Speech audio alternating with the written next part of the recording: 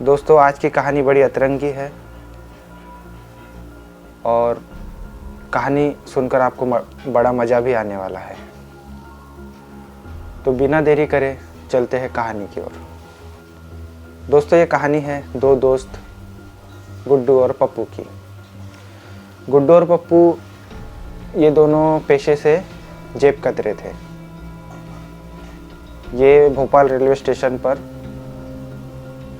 जब पब्लिक रहती थी, वैसे भी भोपाल रेलवे स्टेशन थोड़ा सा बिजी रेलवे स्टेशन है, तो भीड़ भाड़ जहाँ पे क्राउड ज़्यादा रहता था, ये लोग वहाँ पर घूमकर लोगों की जेबें काटते थे। और गुड्डू के बारे में बता दूँ, गुड्डू की उम्र करीबन 30 साल और बाल उसके उलझे उलझे थे और हाइट में थोड़ा सा मतलब कद काठी में एक लंबा चक्रा इंसान था और उसमें कॉन्फिडेंस बहुत ज़्यादा था। मतलब किसी से भी बात करने की कला उसमें बहुत अच्छी थी। और पप्पू के बारे में बता दूँ, कॉन्फिडेंस में थोड़ा सा कम था, लेकिन उसको भागने में बहुत महारत हासिल थी। भागता बहुत तेज था, किसी के हाथ में नहीं लगता था और दिखने में ठीक ठाक सा था। मतलब 5-5.5 फीट की उसकी हाइट रहेगी। और ख़ास बात, इन दोनों में दोस्ती बहुत गहरी थी। कह सकते हैं कि बचपने से ये लोग साथ में चोरी चमारी के काम कर रहे थे। तो ये लोग मतलब वो भोपाल में बहुत फेमस हो गए थे जेब कतरों के नाम से। कभी कोई चोरी होती थी तो पुलिस वाले पहले इनको ही टारगेट करते थे। एक बार गुड्डू गलती से पुलिस वाले की पॉकेट मार देता है, जबकि उसे पता नहीं रहता कि वो पुलिस वाला है। अब एक दिन ऐसा होता है कि जब भीड़ भाड़ वाले इलाके में ये लोग घूम रहे होते हैं, तो अचानक से पुलिस वाले इनको घेरने की कोशिश करते हैं। गर्म बहुत हो रहा है दोस्तों, इसलिए थोड़ा सा पसीना ज़्यादा आ रहा है।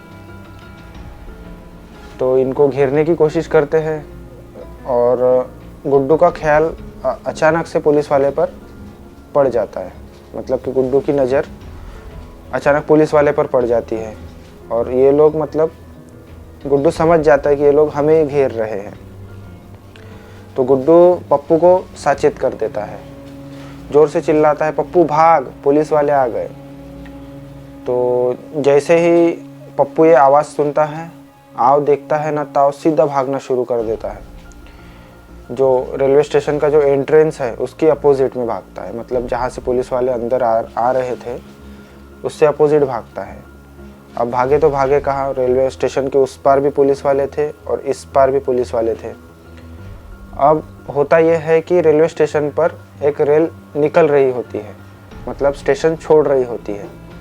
तो ये दोनों आव देखते हैं ना ताव, सीधा डिब्बे में चढ़ जाते हैं। रेल कहाँ जा रही है पता नहीं। तो जैसे ही ये लोग घुसते हैं, चैन की सांस लेते हैं और बोलता है गुड्डू, हाँ यार, आज तो बच गए। अब पप्पू इससे सवाल पूछता है, गुड्डू यहाँ से तो बच गए, अभी जाएंगे कहाँ? गुड्डू बोलता है, जहाँ ये ट्रेन लेके जाएगी वहाँ चले जाएंगे और नई ज़िंदगी शुरू करेंगे। पप्पू गुड्डू से सवाल पूछता है, अबे यार, अपन ने तो बचपन में कोई काम सीखे ही नहीं, बचपन से अपन चोरी चमारी कर रहे हैं, वहाँ पर जाकर करेंगे क्या?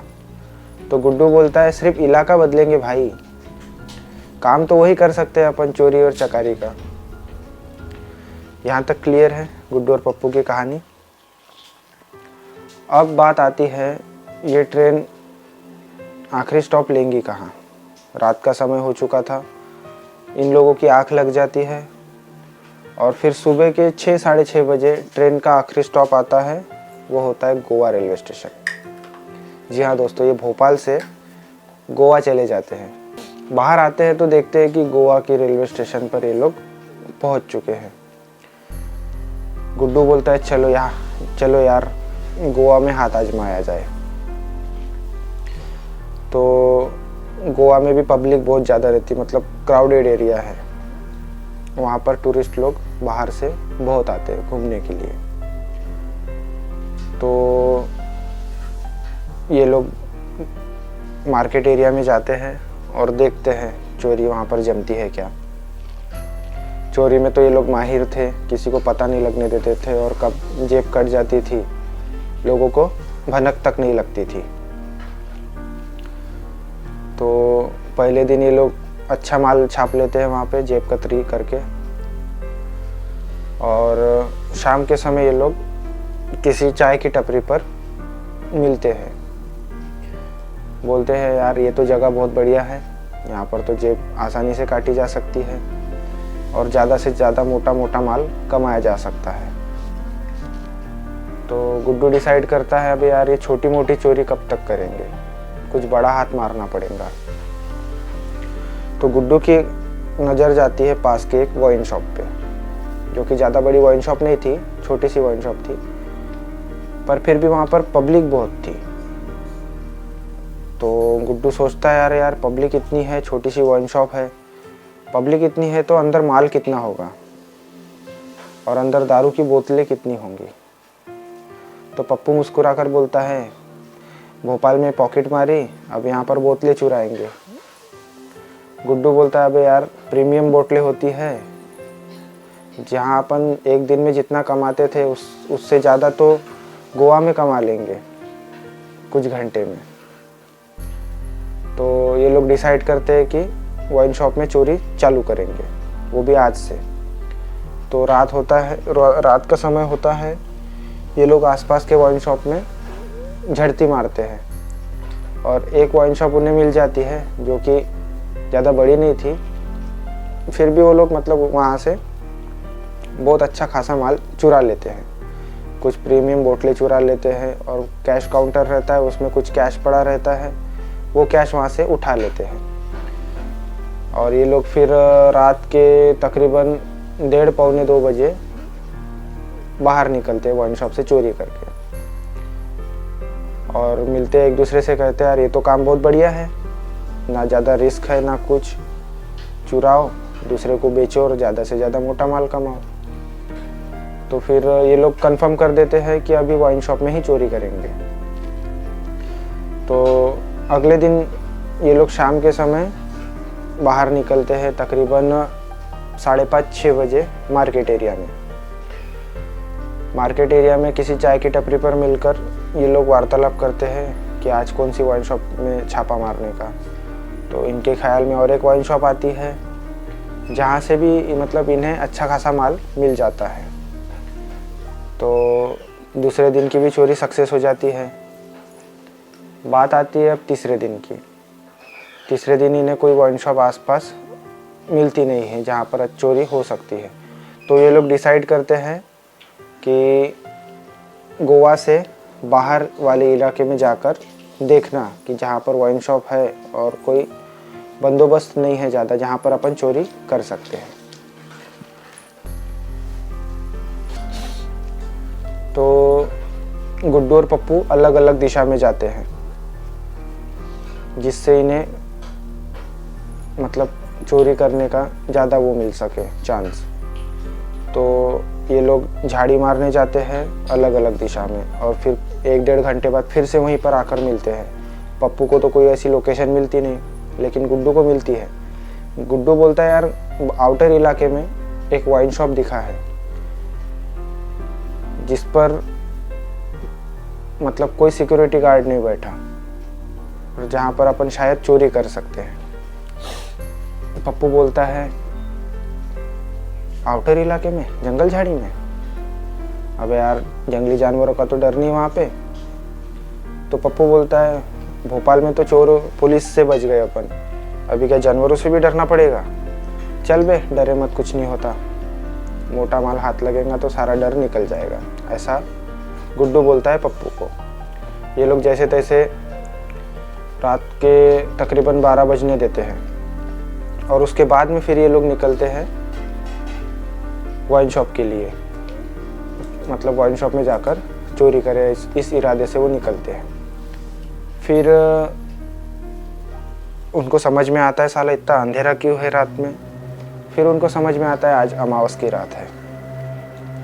तो फिर वो लोग और ज़्यादा खुश हो जाते हैं कि साला अंधेरा बहुत ज़्यादा है, किसी को दिखेंगे भी नहीं और माल भी मोटा हाथ में लगेगा। तो वो लोग वाइन शॉप के गेट के सामने पहुंचते हैं और देखते हैं कि वाइन शॉप पे तो ताला ही नहीं लगा, वाइन शॉप तो खुला है। गुड्डू और ज़्यादा खुश हो जाता है, ज़्यादा मेहनत नहीं करनी पड़ेगी। जैसे ही वो लोग गेट के अंदर जाते हैं, वाइन शॉप में बहुत सारी दारू की बोतलें रखी रहती है। बहुत सारी बोतलें मतलब ऐसी जो उसका जो ट्रे रहता है या फिर कोई अलमारी टाइप का रहता है, उसमें बहुत सारी बोतलें रखी हुई होती है। पर उन बोतलों पर बहुत सारी मतलब धूल की परत जमी हुई होती है, जैसे कि बहुत सालों से वो वाइन शॉप किसी ने खोला ही नहीं। तो गुड्डू विचार करता है इतनी महंगी महंगी बोतलें हैं और साला धूल पड़ी है इन पर, ये वाइन शॉप चालू रहता है कि नहीं, पर सामने तो ताला खुला है। फिर वो डिसाइड करते हैं कि अपने को क्या करना है, चोरी करके निकलते हैं। तो जैसे ही वो लोग मतलब वाइन शॉप के मेन दरवाजे से अंदर जाते हैं तो सामने और एक दरवाज़ा होता है। मतलब वाइन शॉप में और एक छोटी सी रूम होती है, उसके अंदर बड़ी सी तिजोरी और बड़ी सी अलमारी और बड़ा सा एक टेबल जो मतलब उसके अंदर पड़ा हुआ होता है। वो लोग 2-4 वाइन की बोतलें उठाते हैं जो कि प्रीमियम थी और तिजोरी की ओर बढ़ चलते हैं। मतलब तिजोरी अंदर वाले रूम में रखी हुई होती है। तो ये लोग तिजोरी को जैसे ही खोलने जाते हैं तो सामने से दरवाज़ा बंद होने की आवाज़ आती है। एकदम धाड़ से दरवाज़ा एकदम तेज़ी से बंद हो गया हो, किसी ने मतलब जानबूझ के एकदम तेज़ी से झटके से दरवाज़ा बंद कर दिया हो। गुड्डू और पप्पू डर जाता है। ये लोग बाहर निकलते हैं तो कोई नहीं होता बाहर। सामने देखते हैं कि दरवाज़ा लगा है सिर्फ। गुड्डू बोलता है हवा से शायद दरवाज़ा लग गया होगा। तो फिर ये लोग फिर से तिजोरी खोलने के लिए लग जाते हैं। तो हाथ में उनके एक टॉर्च थी। वो मतलब पप्पू गुड्डू पप्पू को टॉर्च दिखा रहा था और पप्पू तिजोरी खोलने में लगा था। तो एक कांच की बोतल, शराब की बोतल एक बिना छुए नीचे गिर जाती है। उसको किसी ने टच नहीं किया, साइड में रखी हुई होती है, वो बिना छुए गिर जाती है नीचे। तो गुड्डू को लगता है कि पप्पू ने बोतल गिराई नीचे। तो गुड्डू बोलता है अबे क्या कर रहा है। पप्पू बोलता है मैंने तो उस बोतल को छुआ तक नहीं, वो अपने आप गिर गई। अब इनके मन में थोड़ा सा वो लगने लगता है। तो गुड्डू बोलता है चल हट, मेरे को खोलने दे, तू टॉर्च पकड़। पप्पू टॉर्च हाथ में लेता है और पहले इधर उधर देखता है। तो पप्पू इधर उधर टॉर्च घुमाता है तो अचानक से छज्जे पर उसको कोई बैठा दिखता है, कोई परछाई समान। तो काली काली परछाई उसको दिखती है। वो घबरा जाता है अचानक से कि ये क्या है साला। वो उधर टॉर्च घुमाता है तो उसको कोई नहीं दिखता। फिर वो मतलब डरते हुए पप्पू गुड्डू से बोलता है यार गुड्डू मुझे वहाँ पे कुछ दिखा। गुड्डू बोलता है अरे घबरा मत, चल निकलते हैं यहाँ से। तो जैसे वो लोग बाहर निकलने के लिए जाते हैं तो रूम का दरवाजा अपने आप धड़ से बंद हो जाता है फिर से। फिर गुड्डू बोलता है साला हवा भी नहीं चल रही है, दरवाजा अपने आप कैसे बंद हो गया। और जैसे वो लोग कमरे के बाहर निकलते, जो कि वाइन शॉप के अंदर जो कमरा बना होता है, उससे जो बाहर निकलते हैं, देखते हैं सामने मेन दरवाज़ा लगा है और उसे खोलने की कोशिश करते हैं तो खुलता भी नहीं है वो। और फिर इधर उधर नज़र दौड़ाते हैं तो वाइन शॉप के अंदर और एक दरवाज़ा बना होता है जो कि लोहे का होता है, जो एग्जिट बोल सकते हैं अपन। तो ये लोग उसके पास में जाते हैं। जैसे ही दरवाज़ा खोलने की कोशिश करते हैं, वो दरवाज़ा ऐसे लगता है कि किसी ने पकड़ के रखा है। ये लोग ताकत लगाते हैं, दरवाज़ा खुलता ही नहीं। फिर एक बहुत तेज चीख इन दोनों को एकदम सुनाई देती है, बहुत तेज, मतलब किसी ने ज़ोर से चीखा। और ये लोग डर जाते हैं, साले ये कौन चीख रहा है करके। फिर अचानक से मतलब इनके सामने कोई तो भी परछाई दिखती है, जो कि मतलब इंसानी रूप में होती है, जली सी एकदम काली काली राख समान, और उनकी आँखों में से अंगारे निकल रहे होते हैं और उनके शरीर में से धुआं निकल रहा होता है। बोल सकते हैं कि एक खूंखार प्रेत उन्होंने अपनी आंखों से देख लिया। अब दोनों की सिट्टी पिट्टी गुल हो जाती है, करे तो करे क्या, जाए तो जाए कहाँ। ये लोग फिर से रूम के अंदर भागते हैं और वो लोग मतलब इतने तेज भागते हैं और दरवाज़ा लगा देते हैं। बाहर से बहुत ज़ोर से आवाज़ आती है, तुम लोग बच के नहीं जा सकते, आज तुम्हारी मृत्यु निश्चित है। फिर ये लोग जैसे तैसे भागने की कोशिश करते हैं तो अचानक गुड्डू की नज़र जाती है वो प्रेत पर, जो कि अभी कमरे के अंदर आने ही वाला था। दरवाज़ा वो प्रेत ताकत लगाकर या फिर किसी शक्ति से खोल लेता है। वो प्रेत के हाथ में एक लोहे का गरम सरिया होता है, जो कि एकदम भट्टी से जैसी रॉड निकलती है तो कैसी एकदम लाल हो जाती है, उस तरीके की वो सरिया लाल हो चुकी थी, एकदम गरम। और फिर जैसे ही वो सरिया इन दोनों की ओर मारने के लिए बढ़ता है, ये दोनों नीचे झुकते हैं और वो सरिया जो क्या बोलते हैं तिजोरी रहती है, उसके ऊपर एक आईना लगा होता है, उसके ऊपर जाके वो सरिया लगता है। जैसे वो आईना टूटता है तो वहाँ से चीखों की आवाज़ आती है, हमें बचाओ, हमें मत मारो, ऐसी मतलब चीखें और किसी के दर्द भरे चिल्लाने की आवाज़ें उन्हें सुनाई देती है। गुड्डू की नज़र जाती है तिजोरी के बाजू में बने एक खिड़की पर। गुड्डू जोर से चिल्लाता है, पप्पू भाग। ये खिड़की के अंदर से निकलते हैं। वो लोग जैसे ही निकलते हैं उनको लगता है कि वो लोग खिड़की से बाहर चले जाएंगे, वाइन शॉप के बाहर चले जाएंगे, पर ऐसा नहीं होता। वो लोग वाइन शॉप के गोडाउन में चले जाते हैं, मतलब खिड़की से गोडाउन में डायरेक्ट वो खिड़की से जा सकते हैं, मतलब वो खिड़की गोडाउन में जाने के लिए एक रास्ता सा बन जाती है। तो पप्पू डर के बोलता है, अबे हम तो बाहर ही नहीं हैं। गुड्डू बोलता है, ये बाहर शायद नहीं है, ये गोडाउन का रास्ता है, क्योंकि नीचे कोई सीढ़ियाँ जा रही होती है और उधर से भूत वो प्रेत घूमकर उनकी तरफ आ रहा होता है। तो इन्हें महसूस हो जाता है कि भूत इनकी तरफ आ रहा है, तो ये लोग गोडाउन में अंदर चले जाते हैं।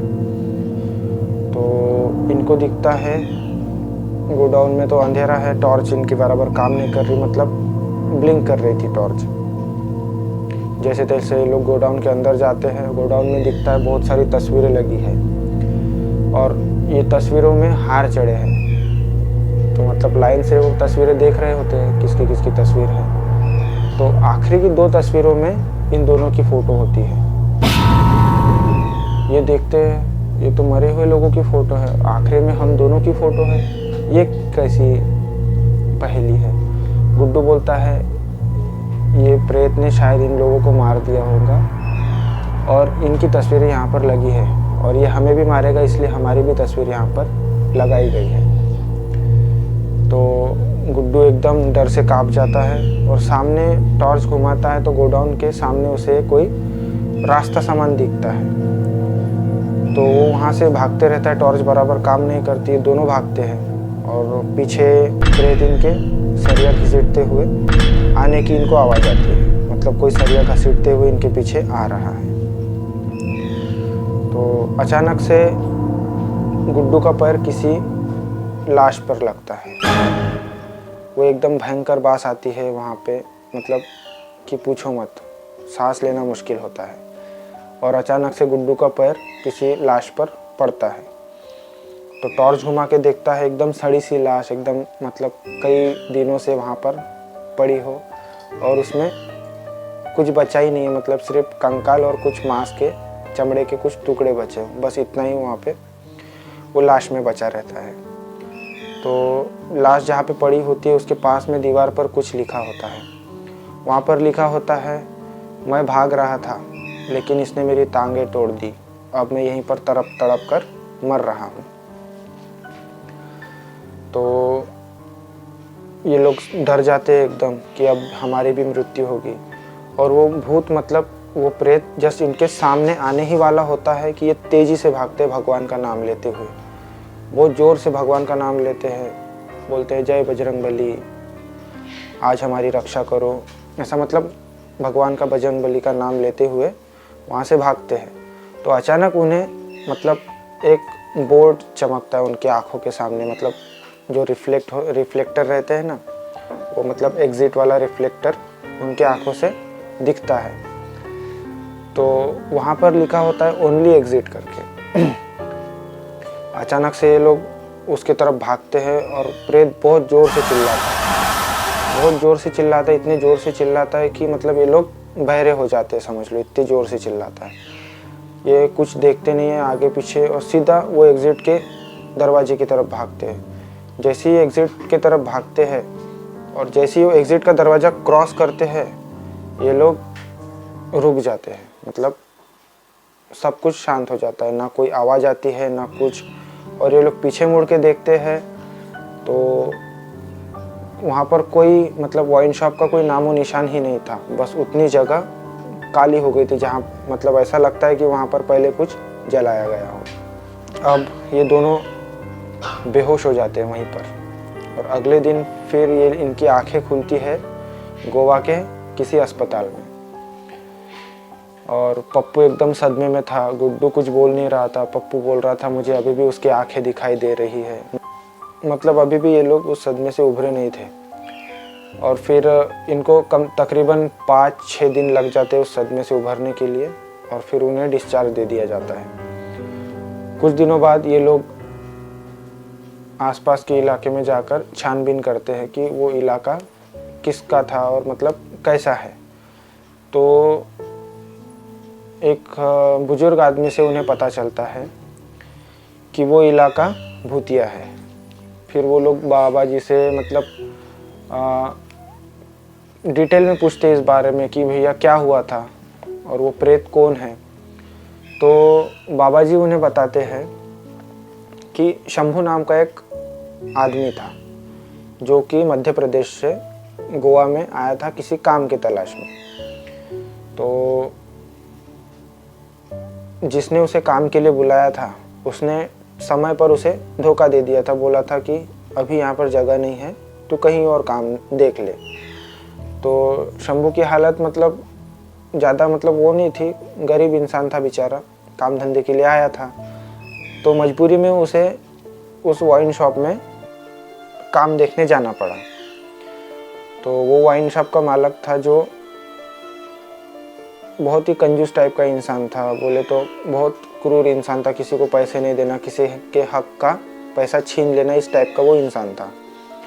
तो शंभू को ये सब पता नहीं होता है, वो जाता है उससे काम मांगता है तो वो उसे सिक्योरिटी गार्ड की नौकरी पर रख लेता है। वो कुछ दिन उसका मतलब कुछ महीने उसका पेमेंट टाइम पर कर देता है, एकदम समय पर, या कभी कभी तो ऐसा होता है कि 2 दिन पहले उसका पगार उसका दे देता है।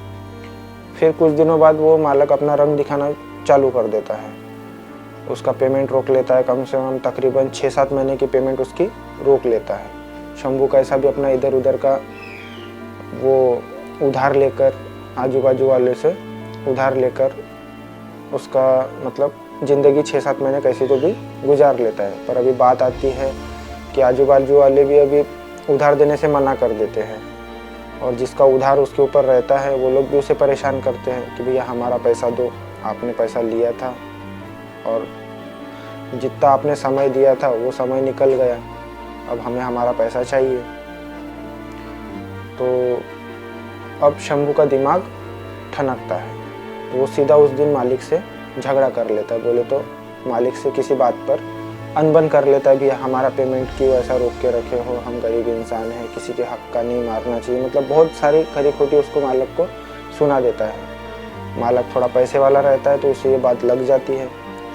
तो वो उसी जगह कुछ गुंडे बुलवा कर शंभू को पिटवाता है, इतना पिटवाता है कि शंभू एकदम मतलब मौत के कगार पर आ जाता है। अब मालक डर जाता है, जो वाइन शॉप का जो मालिक था वो डर जाता है। वो बोलता है अगर ये मर गया यहाँ पर तो लंबे केस में मैं अंदर चले जाऊँगा, क्योंकि मतलब मौत की केस बदले तो मर्डर की केस लग जाएगी उसके ऊपर।